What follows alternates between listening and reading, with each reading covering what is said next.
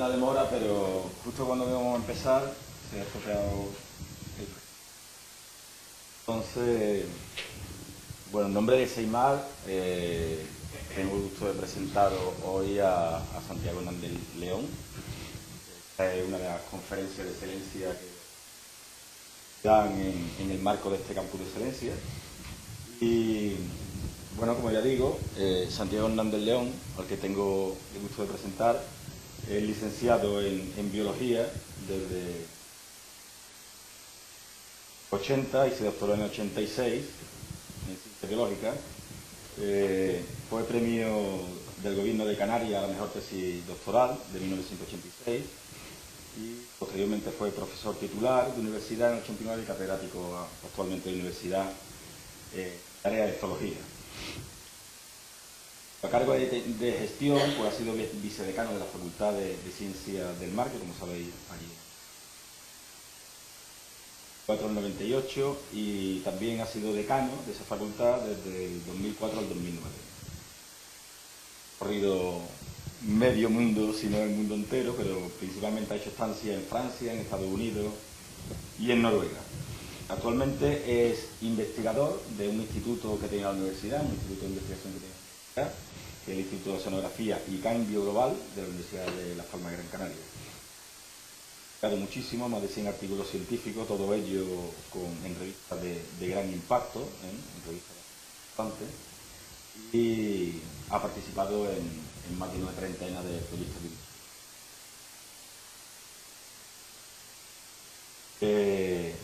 de los cuales ha dirigido 10 de ellos han sido dirigidos. Ha realizado más de 40 campañas científicas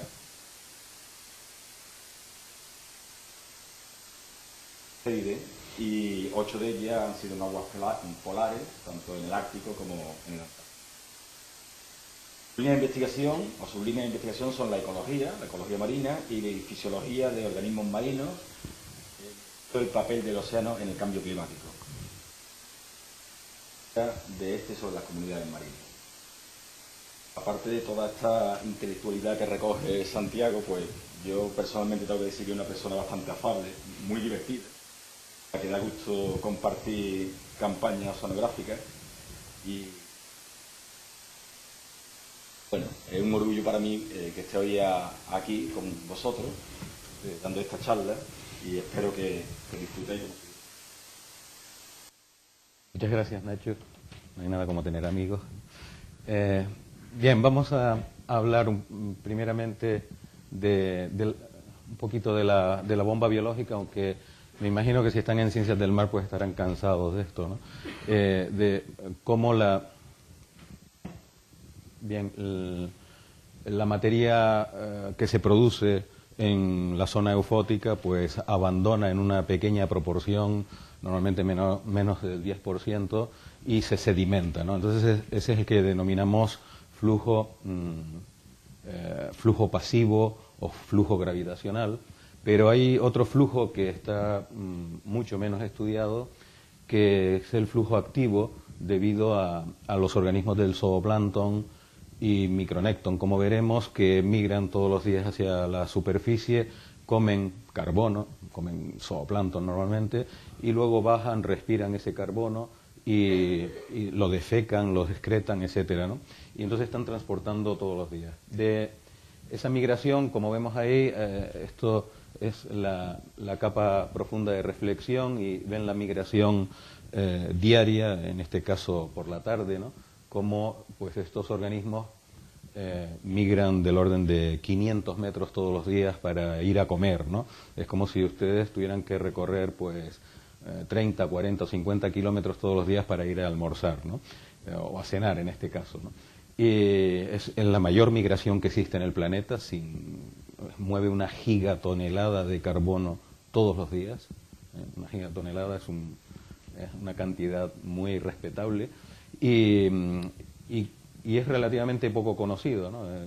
Se conoce desde hace mucho tiempo, pero poco estudiado, mejor dicho, ¿no? Y cuando estudiamos el flujo pasivo y lo comparamos con el que realiza este zooplancton que migra, pues hay valores muy variables, ¿no? Es decir, que en relación al porcentaje del carbono que se sedimenta, pues estamos entre valores menores del 1%, muy bajitos, es decir, que prácticamente no hay migración, ¿no?, hasta valores medios, en este caso, mayores del 100%, es decir, que es mayor el flujo activo que el flujo pasivo, ¿no?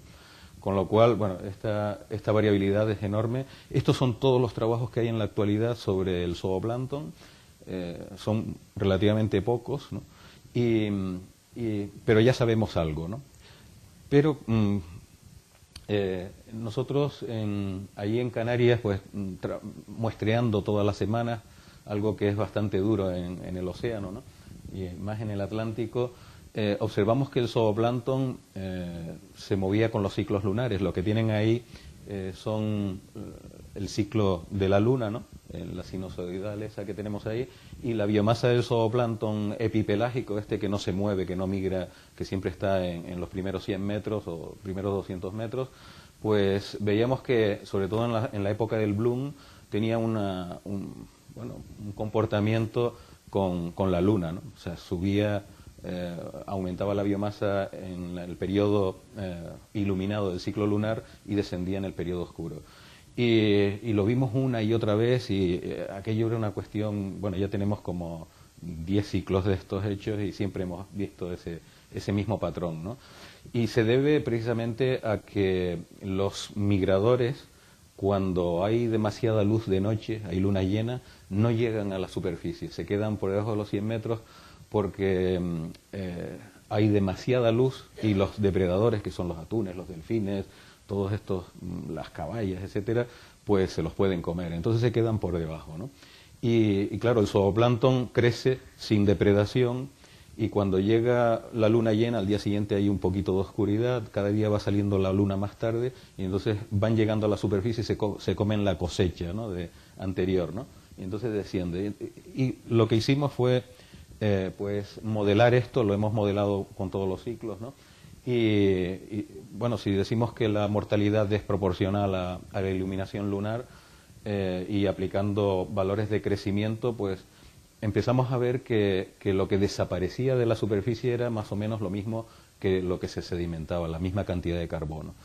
Por lo tanto, decimos, tenemos una huella digital aquí, que realmente el flujo activo es muy cercano al flujo pasivo, con lo cual todas estas cuentas que estamos haciendo del papel del océano pues están al 50%, es decir, nos estamos olvidando de una mitad, y eso es olvidarse de mucho, porque al estudiar el papel del océano en el cambio climático, pues estamos diciendo que absorbe mucho menos de lo que realmente absorbe, ¿no? Y bueno, alguna otra huella digital, esas son las Gibbs Scattering Layer, que están en todo el océano, ¿no?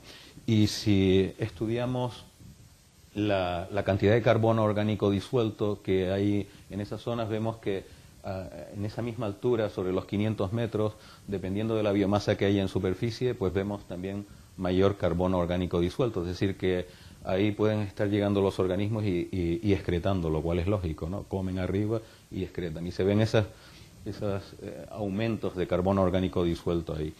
Es solo otra huella digital más, ¿no? Y en 2001 este señor japonés pues estudia también los organismos del micronecton, no solo el zooplancton, copépodos, bueno, sobre todo copépodos son los que migran, ¿no? Sino que se fija en los peces mesopelágicos, ¿no? Y encuentra que, bueno, pues que el flujo debido a estos organismos del micronecton pues eleva mucho más todavía el papel del flujo activo, ¿no? ¿Cuál es el problema? Que esto no lo ha muestreado nadie, porque lo que necesitamos son redes como mínimo como esta, ¿no?, que tienen 5 metros cuadrados, que consumen muchísimo tiempo en las campañas oceanográficas, y la gente que vamos con redes en las campañas oceanográficas pues siempre nos están diciendo date prisa que consumes mucho tiempo, no sé qué, y realmente eso ha ocurrido en todos los organismos de investigación, y hoy en día hay un auténtico agujero, no sabemos prácticamente nada de todos estos organismos que son los mayores migradores, ¿no? y ahora hay que rellenar ese hueco porque no sabemos prácticamente nada, ¿no? Bueno, esto es la típica pesca donde lo que observamos sobre todo son peces mesopelágicos de un tamaño de unos pocos centímetros, decápodos, efausiáceos principalmente y algún cefalópodo que sale de vez en cuando, ¿no? Y bueno, fíjense los experimentos que hemos hecho en una isla de Canarias, en La Palma, ¿no? Pues ahí estuvimos durante semanas trabajando con estas redes y las bajábamos pues a esas zonas que están marcadas. Es decir, en cada momento del día, ¿no? Tenemos una capa profunda de reflexión, la Deep Scattering Layer, y los migradores, ¿no? Entonces, pues en la capa pescábamos encima, debajo, los que llegaban a la superficie, los que se iban a volver, en fin, todas esas parafernalia, ¿no? Y bueno, tenemos ya muy controlados quiénes son los que migran. Vemos arriba, es una pena que el puntero no funcione, lo siento. ¿Sí? Si tiene... Ah, vale. Bueno, pues fíjense que hay 3 capas que llegan... aquí lo hacemos con 38 kilohercios, aquí con 18 kilohercios. Son 2 frecuencias que dan una distinta señal según el tamaño de los organismos, ¿no? Y en ambas encontramos que hay 3 capas que migran y 3 capas que abandonan la superficie por la noche, y aquí lo vemos, e incluso una de estas capas viene de mucho más abajo, ¿no? Por debajo de los 700 metros, una cosa así. Y bueno, las especies, esto es un pez mesopelágico, Lobianca dofleini, Lepidophanes gaussi, que son los componentes de esa mayoritarios, ¿no? De esa segunda capa, y aquí pues decápodos, y abajo pues no lo tenemos todavía muy claro, por eso le pongo una interrogación, el Ceratocopelus warmingi, que es un mictófido muy grande, de bastante tamaño, y cefalópodos también que nos entran en las redes. Es decir, que ya tenemos controlados quiénes son los actores principales en esta migración, ¿no? Y en otro experimento que hicimos al norte de Gran Canaria, estuvimos durante todo el mes de abril pues midiendo con trampas de sedimento a la deriva pues ese flujo de carbono gravitacional. Bueno, quédense con este valor de 12 miligramos de carbono metro cuadrado día. Y bueno, de día y de noche, a veces había mucho más de noche, pero estadísticamente no fue significativo. Y este es el valor, ¿no? Estos son los valores que se han estudiado en la zona de la corriente de Canarias. Son valores muy pequeños, hay muy poca materia orgánica que abandona la capa eufótica, en torno de 12. En fin, son valores que están en el rango normal. Y bueno, esto es la temperatura durante todo este tiempo, ¿no? de abril y parte de mayo. Aquí el máximo profundo de clorofila, y aquí los migradores de noche, ¿no? Con un ecosondador veíamos cuando llegaban arriba y entonces pues pescábamos, ¿no?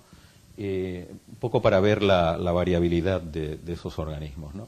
Bueno, medimos tanto en el zooplancton como en el micronécton la abundancia, la biomasa y el sistema de transferencia de electrones, que son las enzimas encargadas de la respiración celular, para tener una idea de cuánto estaban respirando en ese momento, ¿no?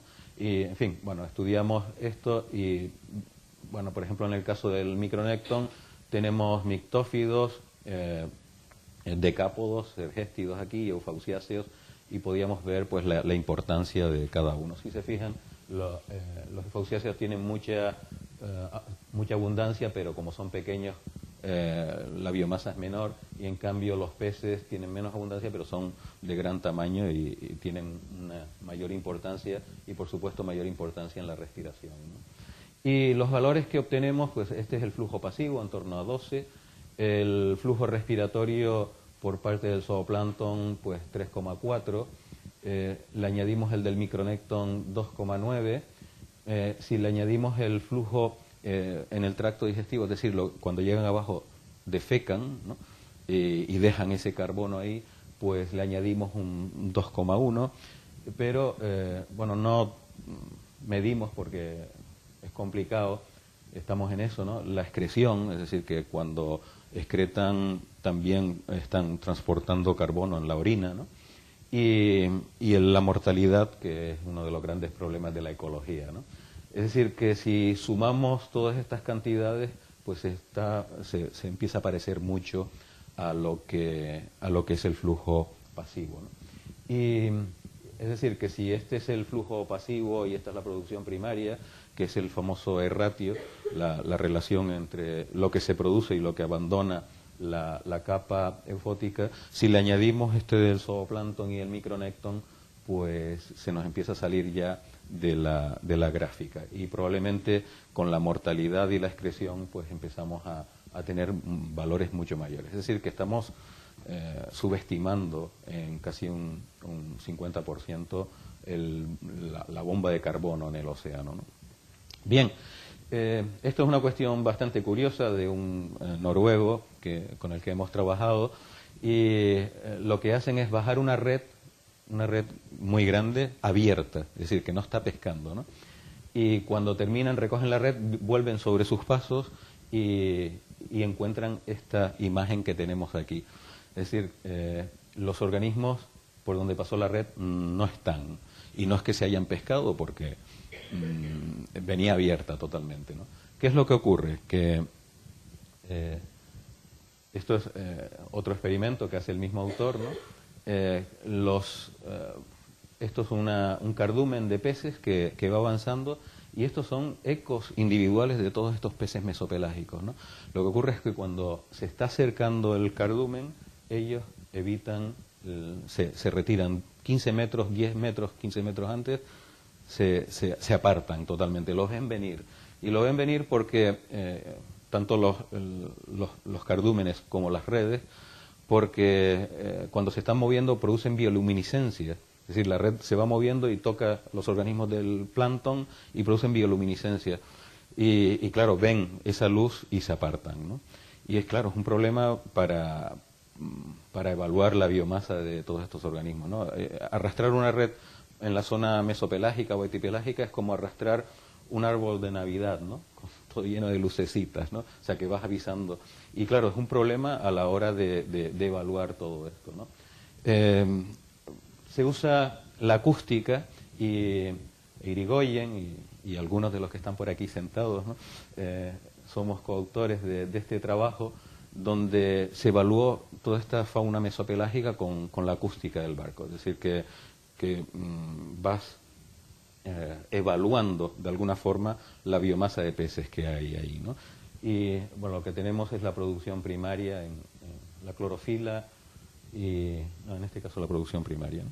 Bien, y los valores, cuando intentas poner un decibelio en kilogramos, es un problema, ¿no? Porque la calibración es muy mala en este momento, ¿no? Porque la acústica no puede determinar qué organismos hay ahí, etcétera, ¿no? Y los valores, la mediana, pues están nos dio en este rango de aquí, pero bueno, con una variabilidad enorme, ¿no? Pero la evaluación que había de peces mesopelágicos en el océano era de 1.000 millones de toneladas, y a nosotros nos están saliendo pues como mínimo de 11.000, o sea, un orden de magnitud superior, ¿no? Con lo cual estamos diciendo que hay 10 veces, como mínimo, 10 veces más peces en el mundo de los que están evaluados, lo cual es muy fuerte, ¿no? Bueno, este trabajo está creando una polémica tremenda, ¿no? Porque, claro, decir que hay 10 veces más peces que lo que... Y nosotros decimos como mínimo, ¿no? Entonces, aquí hay un problema bastante fuerte, ¿no? Porque como se ha evaluado con redes, y las redes no sirven porque los organismos ven venir y se apartan, ¿no? O sea, que caen los tontos en la red, ¿no? Pues estamos ante algo que desconocemos absolutamente, ¿no? La buena noticia es que esta biomasa que hemos evaluado pues tiene una relación con la producción primaria, y eso es muy interesante porque la producción primaria ya la podemos determinar desde satélite con todos sus problemas, ¿no? Bueno, pues tener una idea de qué biomasa hay ahí es muy interesante para todos estos estudios de flujo que luego comentaré, ¿no? Otra cosa interesante es que la producción de estos peces en relación a la producción primaria pues era más alta de lo esperado, ¿no? No del 1% ese que estudiamos en el colegio, ¿no? De la pirámide trófica, sino del 2 e incluso más, ¿no? ¿Y qué quiere decir esto? Que en el océano que tenemos células muy pequeñitas, ¿no? En el océano tenemos pues bacterias, tenemos ciliados, nanoflagelados, todos estos son organismos de bueno, las bacterias y cianobacterias pues tienen una micra, una cosa así, ¿no? Y hay una estructura de un ecosistema basado en organismos muy pequeños, pero esto al final se traduce en una biomasa importante de peces, ¿no? ¿Y por qué? Pues realmente no lo sabemos. Hay pues varias hipótesis, ¿no?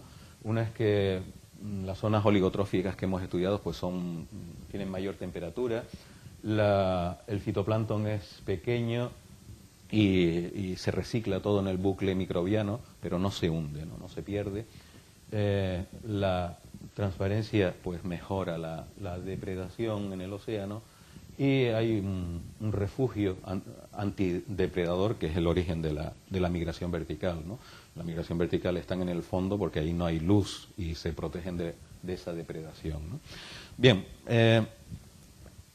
hay implicaciones fuertes para la biogeoquímica, ¿no? Para todo este transporte de carbono. Uno es que la biomasa es al menos 10 veces mayor de lo que pensábamos y que el papel de estos peces mesopelágicos en los flujos de carbono hay que volverlos a evaluar, ¿no? O sea, que sabemos muy poco de este flujo de carbono.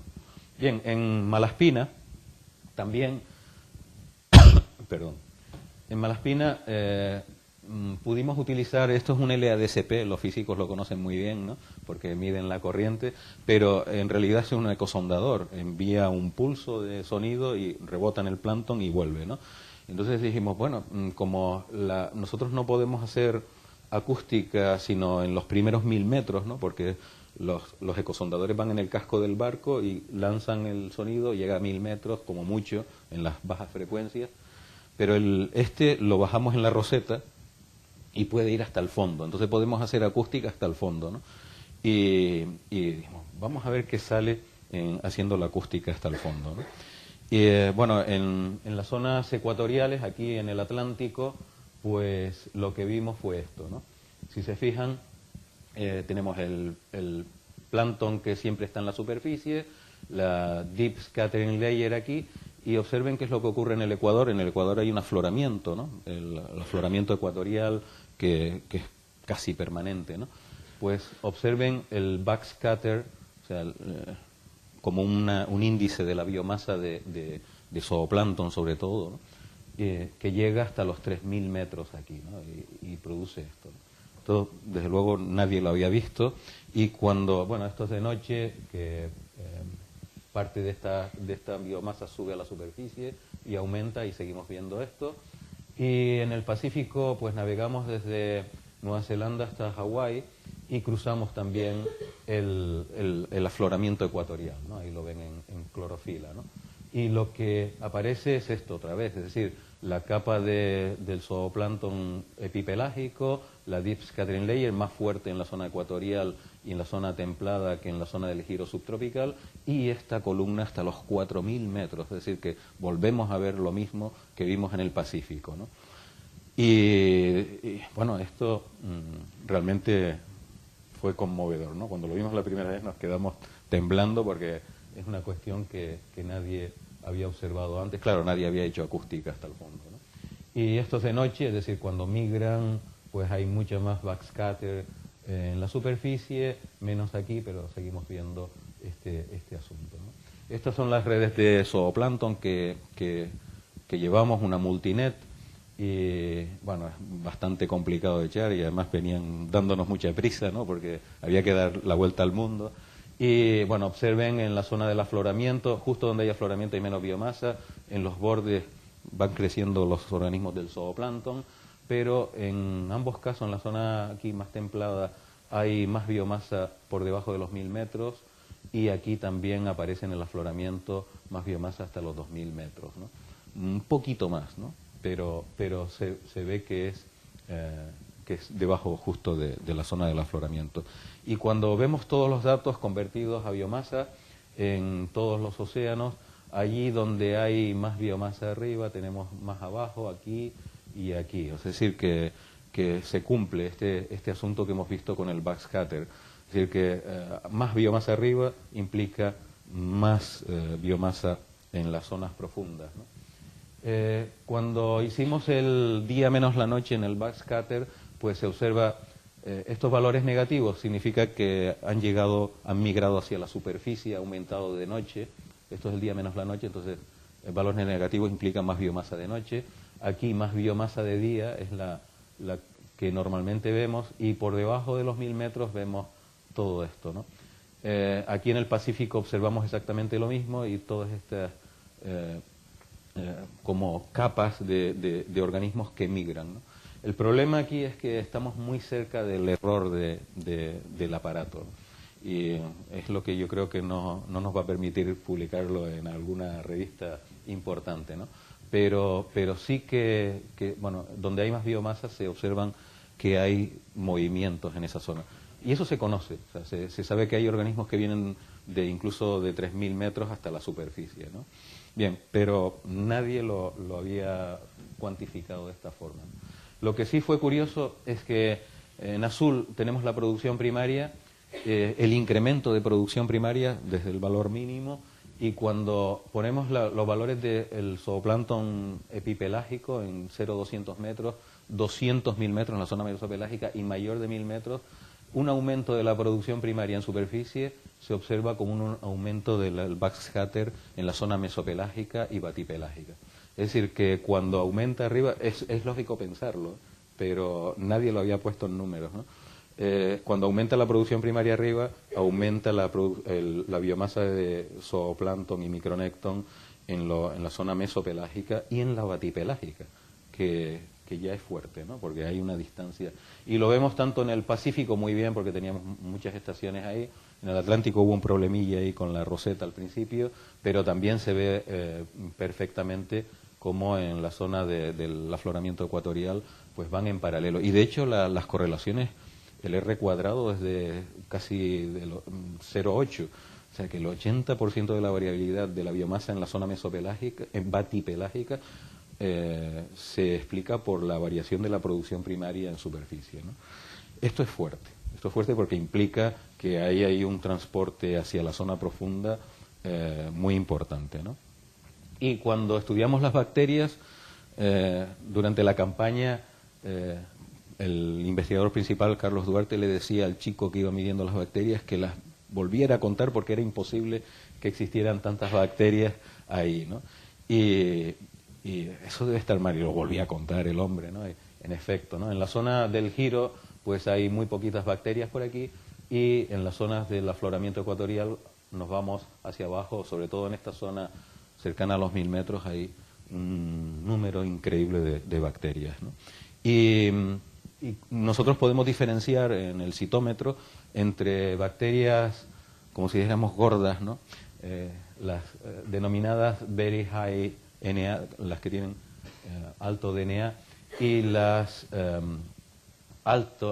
very high and low, ¿no? Y estas normalmente aparecen cuando hay materia orgánica fresquita, ¿no? Aparecen todas esas bacterias, ¿no? Cuando nosotros estudiamos, por ejemplo, un perfil en la zona ecuatorial, vemos que están por aquí en superficie, pero a medida que nos vamos a los 500, 700, 800, 2000 e incluso 4000 metros, nos encontramos este tipo de bacterias, ¿no? Es decir, que ahí está llegando materia orgánica fresca. No sabemos si es que se hunde a una velocidad tremenda, que también hemos visto eso porque vemos diatomeas vivas a esas profundidades, o que realmente los organismos están migrando ahí, están aportando esa cantidad de materia orgánica. Observen en la zona mesopelágica y batipelágica cómo aumenta el número de bacterias y aumenta el número de high NA en estas zonas del Ecuador, ¿no? Y en la zona batipelágica es increíble, ¿no? Cómo se observa ese aumento extraordinario, ¿no? Es decir, que ahí están pasando cosas que desconocíamos hasta ese momento, y estamos viendo que también hay backscatter y hay zooplancton y probablemente hay partículas cayendo de todo, ¿no? Y lo vemos también, aunque en menor proporción, en el océano Atlántico, ¿no? Pero también una respuesta en la zona batipelágica, ¿no? Bien, pues claro, aquí hay que diferenciar dos cosas. Una es el flujo exportado, que es el que todos ustedes conocen, ¿no? El que abandona los 150 o 200 primeros metros, ¿no? Y el carbono que hay aquí puede volver otra vez a la atmósfera, en relativamente, bueno, pocos años, ¿no? Pero el verdadero secuestro de carbono en el océano ocurre por debajo de la termoclina permanente, normalmente debajo de los 1000 metros. Es decir, el carbono que llega a esta zona va a estar ahí durante cientos de años, incluso miles de años, sin volver a la superficie, ¿no? Lo cual quiere decir que cuando eso vuelva a la superficie ya el petróleo se habrá acabado definitivamente, ¿no? Que es el problema que tenemos con el cambio climático, ¿no? Y esto es lo que hemos estado, o gran parte de la comunidad científica ha estado trabajando durante muchos años, ¿no? Pero este asunto es prácticamente desconocido porque realmente tenemos muy poca información del océano batipelágico, ¿no? Y aquí pues nos encontrábamos este mayor backscatter, que sin duda debe ser pues algún fenómeno relacionado con una mayor producción primaria, como veíamos antes ahí, ¿no? Y nos lleva a una hipótesis del año 53, de hace más de 60 años, ¿no? Que un ruso, Vinogradov, elaboró esta hipótesis que se llama la escalera de migración, the ladder of migration, que nadie ha demostrado, ni él, para él fue una hipótesis, ¿no? Y que quiere decir que, bueno, que hay organismos que vienen, migran, comen aquí, vuelven aquí, pero hay otros que vienen aquí, se comen a estos y van para abajo. En fin, que se va transportando el carbono hacia la zona profunda y ese flujo debe implicar un aumento de la biomasa si hay más producción primaria arriba, que es precisamente lo que nosotros hemos visto, ¿no? Entonces, bueno, pues las consecuencias de esto pues no son baladíes, porque implica que hay un flujo y sobre todo un secuestro de carbono que no hemos considerado en todos estos años, ¿no? Bien, en suma, pues lo que hemos visto es que el flujo activo es muy similar al flujo gravitacional, con lo cual nos estamos perdiendo la mitad de la historia en esto de la biogeoquímica y del transporte de carbono en el océano. Que hay tenemos un agujero en el conocimiento de la bomba biológica, que, bueno, pues tenemos una señal acústica debida principalmente a zooplancton y micronécton hasta los 4000 metros de profundidad, es decir, que hay que llegar hasta el fondo en nuestros estudios y que estamos viendo que hay un verdadero secuestro de carbono que nunca hemos contabilizado, ¿no? Y hemos visto pues una huella digital muy importante de lo que es esa escalera de migración, ¿no? Que tampoco se conoce bien, ¿no? Bien, permítanme presentarles este proyecto, macroproyecto, que no es nuestro, desgraciadamente, ni siquiera europeo, es americano, como siempre, que es Exports, que va a estudiar todo este asunto, ¿no?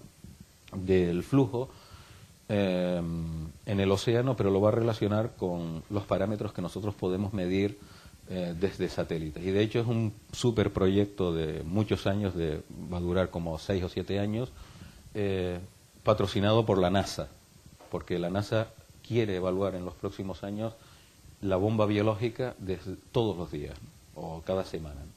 Cada vez que tiene datos de todo el globo, pues decir, esta semana se ha transportado tanto carbono hacia la zona profunda, etcétera, etcétera. Y bueno, pues tienen una parafernalia que es digna de ver, como son los americanos, que ustedes saben que tienen mucho dinero y van a estudiar pues todos estos fenómenos e incluso el zooplancton y bueno, con toda la tecnología moderna, ¿no? Y bueno, pues ellos nos invitaron este verano a exponer todo esto, ¿no? Y nosotros lo que le dijimos es que bueno, que tenían que incluir pues todos estos organismos también del micronécton, ¿no? Que es muchísimo más desconocido que todo esto, que tenemos ya bastante información, y sobre todo mirar el secuestro de carbono, ¿no? Y en eso estamos, ¿no? Afortunadamente, que fue parte de la invitación, es que nosotros tenemos pues esto que tenemos aquí, un proyecto que se llama Migradores y Flujo Activo en el Océano Atlántico, ¿no?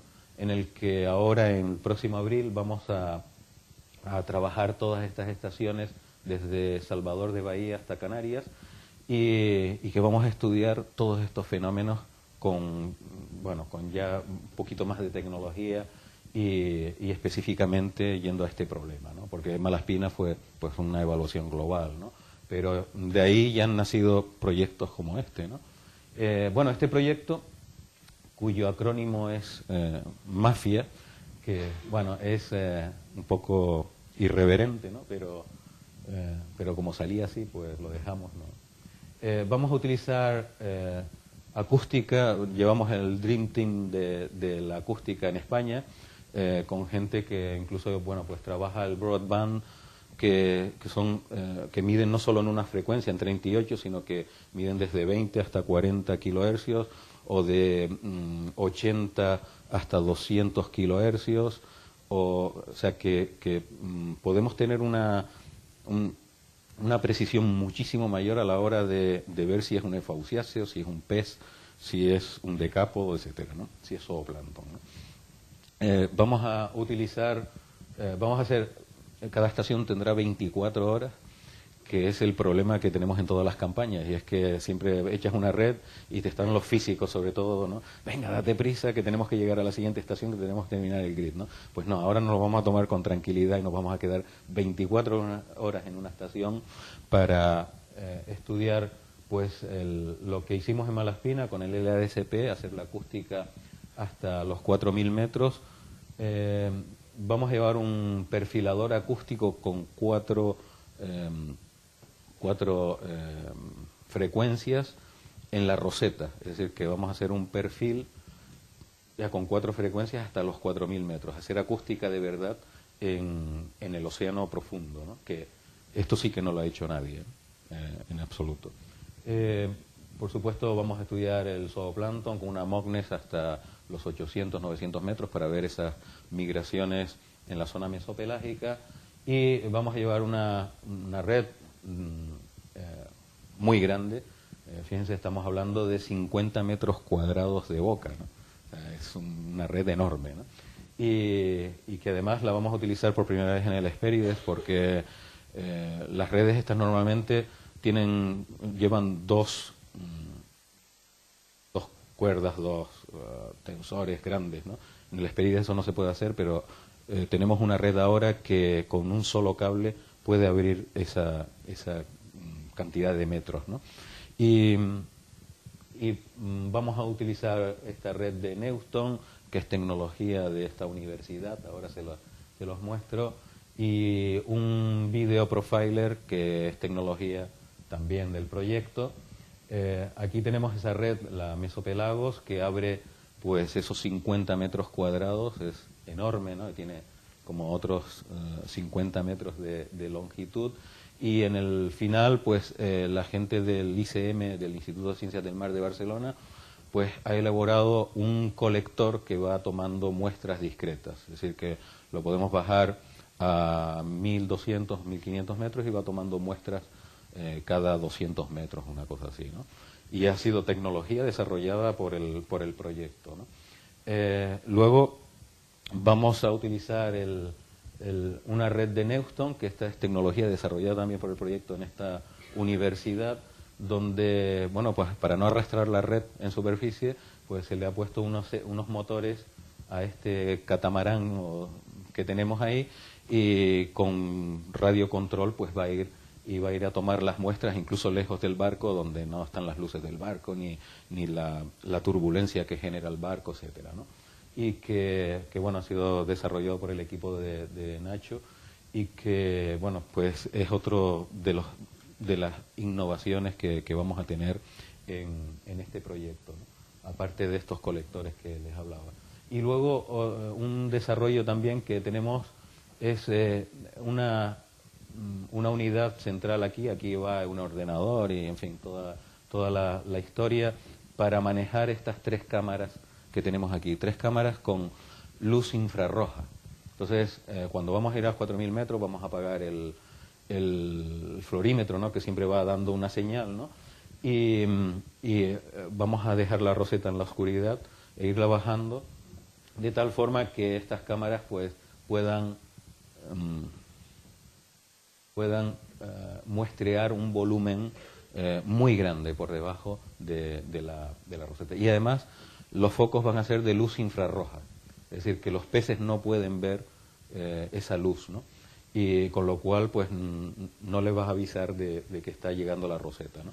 Hay trabajos ya que se observa que cuando apagas el fluorímetro, pues los peces en acústica se ve, no se apartan de la roseta, ¿no? O sea que en principio pensamos que los va a muestrear, algunos se escapará seguro, ¿no? Pero si eso falla, el siguiente desarrollo pues va a ser descolgar esta cámara pues unos 20, 30 o 40 metros por debajo de la roseta, ¿no? Con lo cual vamos a ir viendo pues todo este volumen sin perturbación ninguna de la roseta ni nada, ¿no? Es el siguiente desarrollo que este es quizás el más complicado que hacer la propia cámara, ¿no?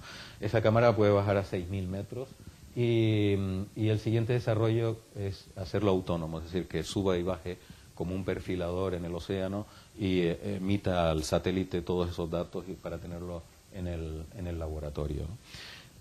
Bien, pues con todo esto, pues gracias y si hay alguna pregunta.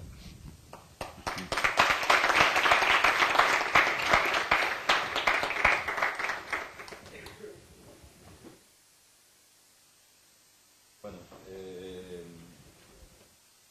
Marta se tiene que ir a clase rápido.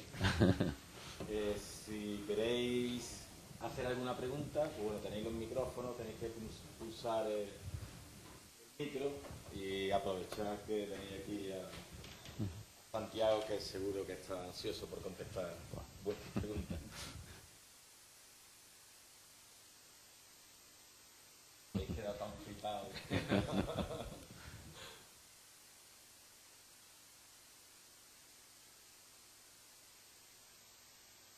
Si nadie se decide, yo te hago una pregunta, tengo una curiosidad.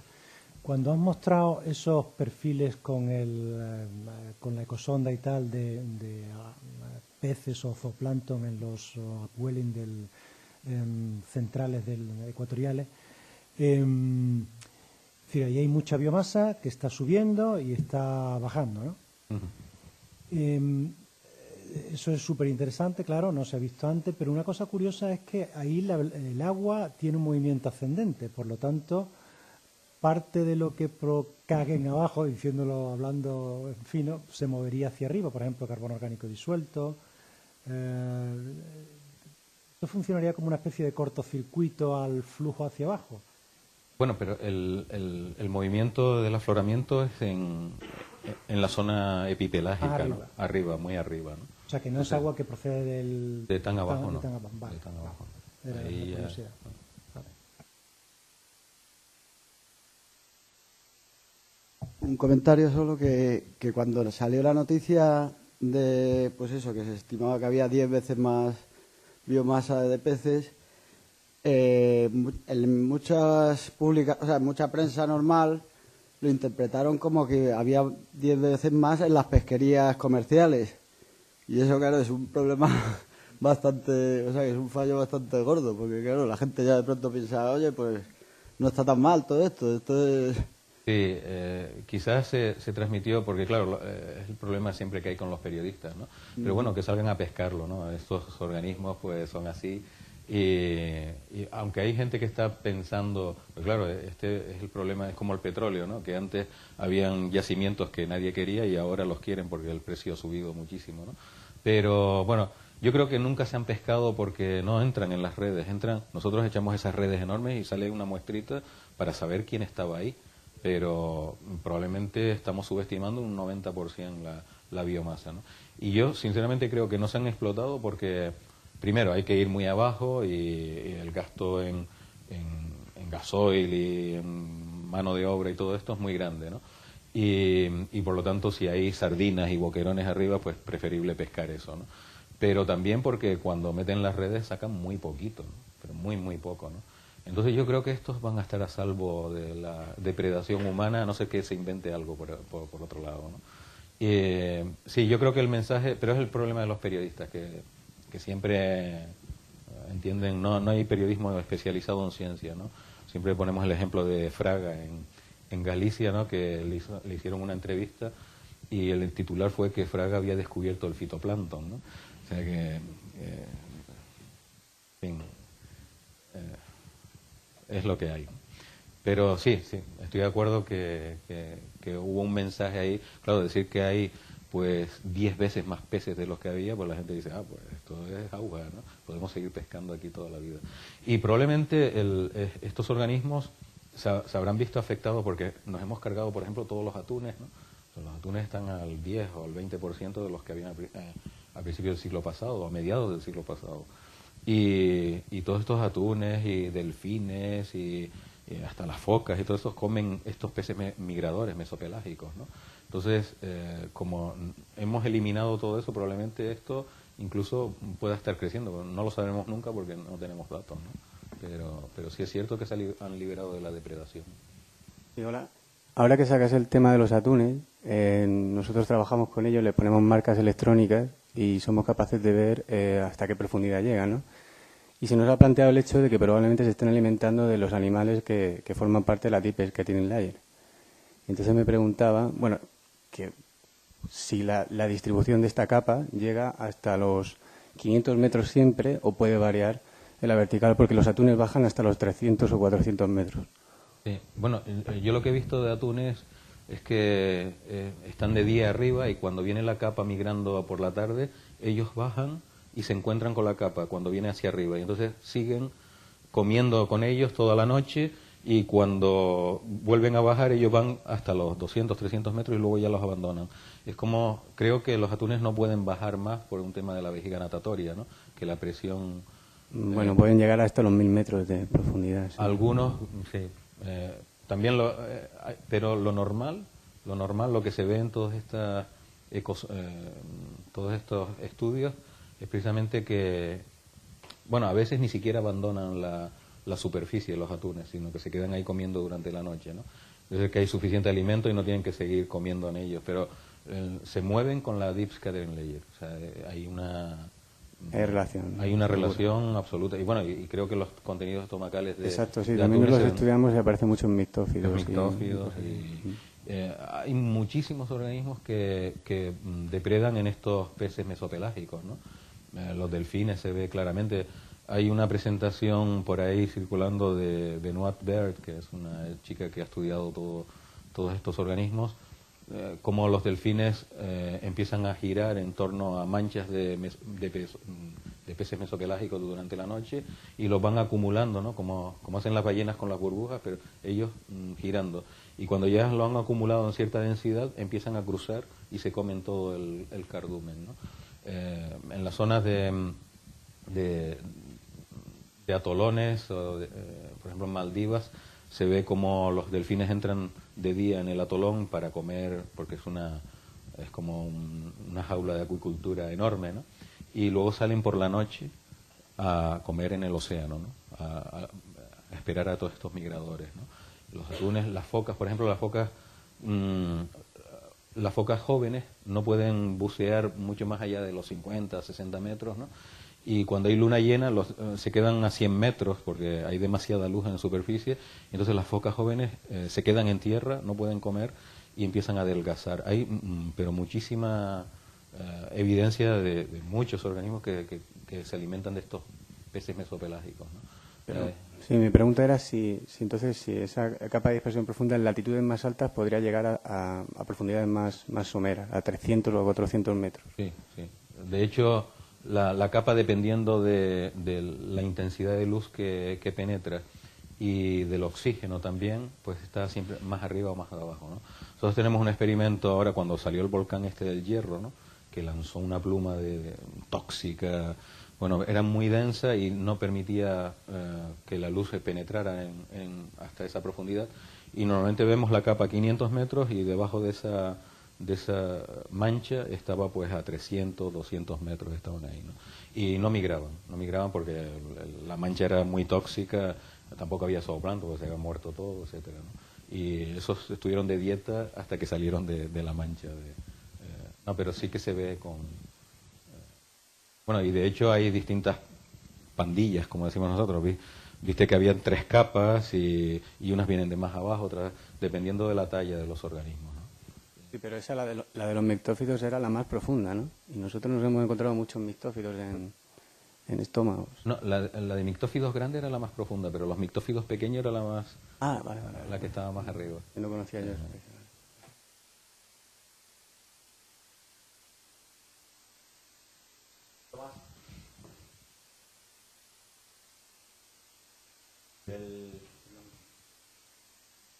Una intervención más, en fin, casi de agradecimiento por el haber accedido a darnos esta charla tan interesante. Y bueno, un poco, en fin, poner sobre la mesa, más que una pregunta, es una valoración, el hecho de que estamos un poco hermanados, ¿no?, a través del CEIMARnet, la red de campus de excelencia, parte, en fin, somos los de Andalucía y también Canarias, junto con Vigo y Murcia. Y luego simplemente el valorar el proyecto en el que estáis implicados, ¿no?, que yo creo que es un proyecto muy singular y de un interés extraordinario, no solo conceptualmente por el problema que aborda, sino luego por la configuración del propio proyecto, ¿no?, que son 4 subproyectos, implicando a 2 universidades, las nuestras, ¿no?, la de Cádiz y Las Palmas, pero luego el CSIC y el IEO, ¿no?, y luego también muy destacable esta componente que yo creo que es muy novedosa de la tecnología. O sea, ahí el gran problema que tenemos en casi todos los, digamos, las dudas respecto de la oceanografía biológica terminan dependiendo de un desarrollo tecnológico adecuado, ¿no? Entonces, el haber apostado y el desarrollo que tenéis, yo no había visto todavía, en fin, la ANET, ¿no?, le llamáis, o los desarrollos de vídeo, en fin, me parece que es una apuesta muy necesaria a nivel de la investigación oceanográfica y en la que estáis haciendo un trabajo, en fin, digno de valorarse, ¿no? Y por otra parte, habéis estado 2 días trabajando en fin, una reunión del proyecto, y por hacer alguna pregunta, pues quisieras una valoración del trabajo hecho y de la preparación que estáis haciendo de la campaña, etcétera, ¿no? Bueno, yo creo que lo más estimulante ha sido ver cómo todos estos desarrollos tecnológicos, porque estamos hablando del desarrollo de los colectores, estamos hablando de la red de Newton, del perfilador de vídeo, de la botella esta que ahora se abre y se cierra, que va en la roseta, pues para ver también partículas, ¿no?, y fitoplancton gordo abajo. Yo creo que eso ha sido lo más estimulante para nosotros, ver que durante estos 2 años hemos logrado tener eso prácticamente ya hecho, ¿no? Y yo pienso, bueno, aparte de que en oceanografía la tecnología son nuestros ojos, ¿no? Cuando bajamos una roseta son los ojos que miran la temperatura, la salinidad, y esto hay que llevarlo a todo, ¿no? Yo creo que es una cuestión de filosofía que, fíjate, no existe en Europa, pienso. En Europa te dicen, y aquí en España te dicen, tiene usted que colaborar con las empresas, ¿no? Y yo siempre he dicho que es al revés, que es la universidad la que tiene que tener grupos competitivos que generen tecnología, que luego tú crees empresas. En Estados Unidos se crean miles de empresas todos los años, miles. Unas fracasan, la gran mayoría, otras siguen adelante, luego se diversifican, etcétera, ¿no? Pero, por ejemplo, allí ocurre mucho, ¿no? Un desarrollo como esta red, ¿no? Pues resulta que tú al final aquello te funciona, estás sacando unos datos maravillosos que nadie tiene, ¿no? Y dices, bueno, ¿cuánta gente hay en el mundo que utilice esto? Pues, no sé, 200 personas. Bueno, pues a ti te ha costado 15.000 euros y lo vendes en 50.000 euros, porque el que quiera muestrear como tú muestreas va a tener que pagarte esa cantidad. Entonces, tú tienes tu becario que genera una empresa, que monta eso, que empieza a venderlo, no sé qué, que le va bien, se diversifica y ya hay una empresa nueva en el mundo, ¿no? Que le va mal, pues vuelve a la universidad y sigue estudiando sus bichos, etcétera, etcétera. Y eso ocurre en las universidades y los centros de investigación americanos y en parte ingleses todos los días, ¿no? Ellos tienen una ventaja y es que los bancos entran en el negocio, es decir, que yo voy a montar una empresa y el banco te dice, vale, pues yo también, y si ganas, yo también gano, ¿no? Y si pierdes, pues perdemos todos. Aquí no, aquí tienes que hipotecar tu casa, ¿no? Y si te va mal, que es el 90% de las probabilidades de que te vaya mal, porque está basado en pues ya has arruinado tu vida, ¿no? Y has arruinado, vas a tener que estar pagando ese crédito toda tu vida y quedarte sin casa. Los bancos aquí siempre ganan, y eso de que la banca gana, pero eso no debería ser, ¿no? En ninguna sociedad, ¿no? Ellos también tienen un negocio donde apuestan y ganan o pierden, ¿no? Aquí siempre ganan, ¿no? Y en Estados Unidos es raro el que tú vayas y le digas, mire, yo tengo este proyecto y tal. Bueno, pues yo nunca he fracasado, ¿no? Si le dices eso al banco, el tío dice, este debe ser de la mafia, no del proyecto, sino de la otra mafia, ¿no? Porque realmente todo el mundo fracasa y siempre se ha dicho que los grandes empresarios han fracasado muchas veces. Eso en este país es imposible, ¿no? Es absolutamente imposible, ¿no? ¿Y cuál es el truco? Tener muchos grupos de investigación muy competitivos que estén generando tecnología, porque en las tesis uno dice, bueno, me voy a fabricar esto para medir esto y no sé qué, y luego se queda ahí, se mete en un armario y se queda toda la vida ahí.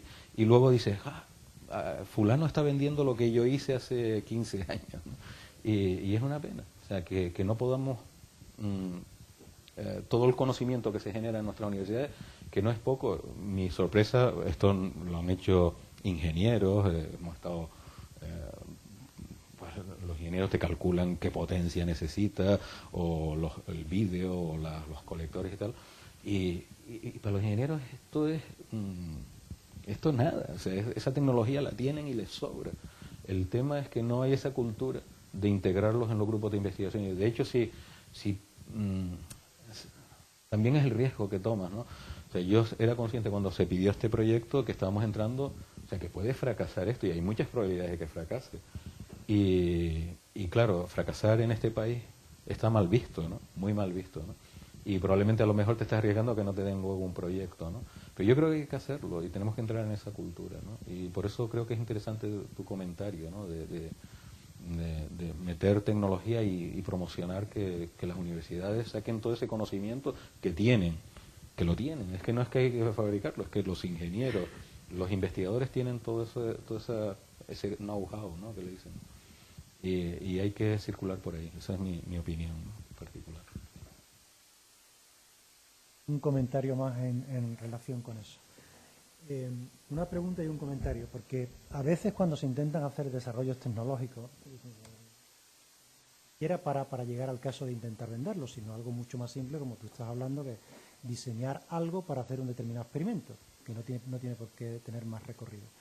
Uno de los grandes problemas que encontramos la gente que en la Universidad Española pretendemos hacer esas cosas es que no tenemos, y que hay una diferencia importante con otras universidades, con universidades americanas, con universidades inglesas, es que no tenemos un apoyo de workshop de mecánica, de workshop de electrónica, es decir, gente a la que tú puedas dirigirte y puedas decirle, mira, quiero hacer esto, házmelo para la semana que viene.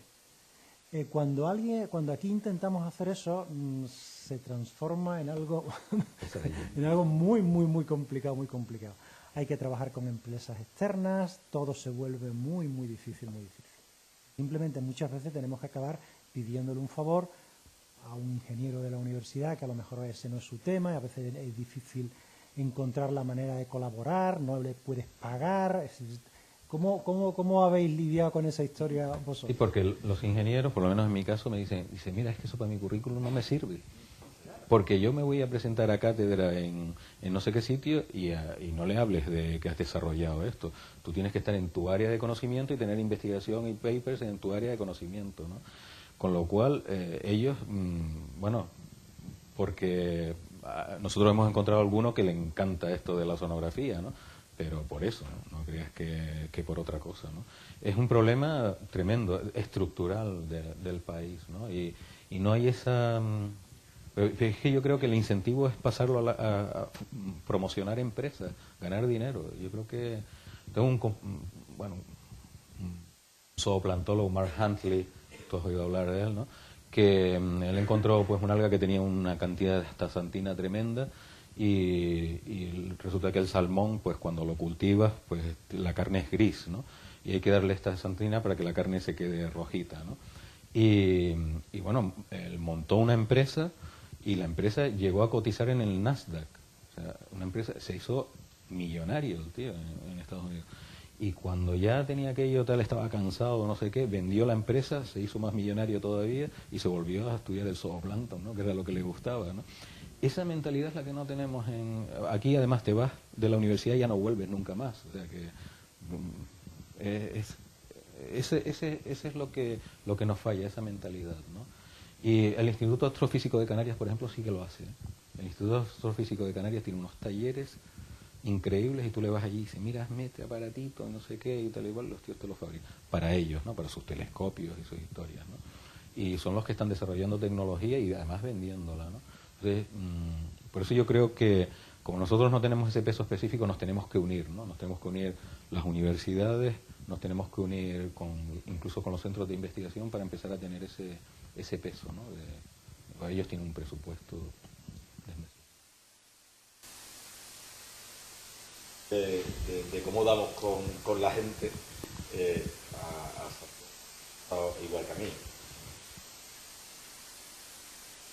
Buscando ingeniero electrónico, está buscando ingeniero de robótica.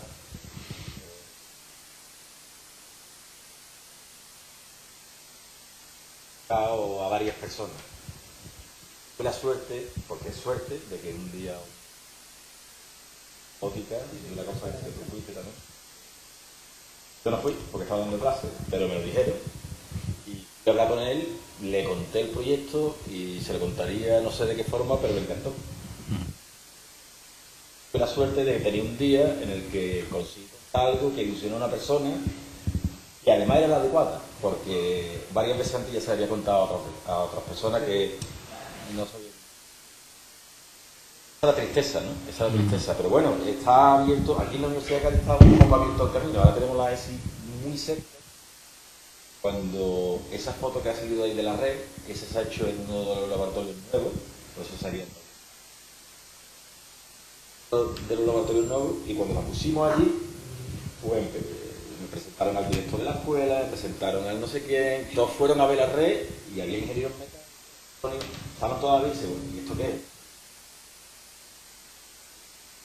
Para interesarse. Entonces, bueno, ahí está el filón que obviamente aquí vamos a abrir, ¿sabes? Nosotros tenemos claro que vamos a profundizar ahí. Con trabajo, lo que dice Santiago, o sea, esto para el ingeniero está conmigo. O sea, yo llegué con motor eléctrico, yo le puse mi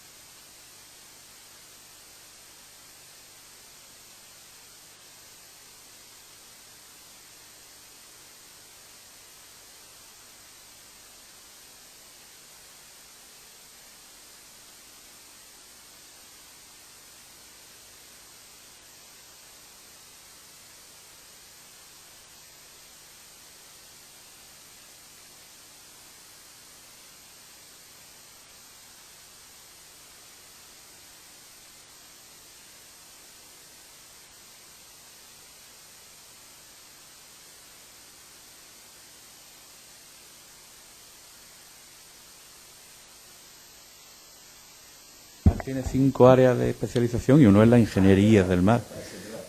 O sea que este es un impulso a esa línea.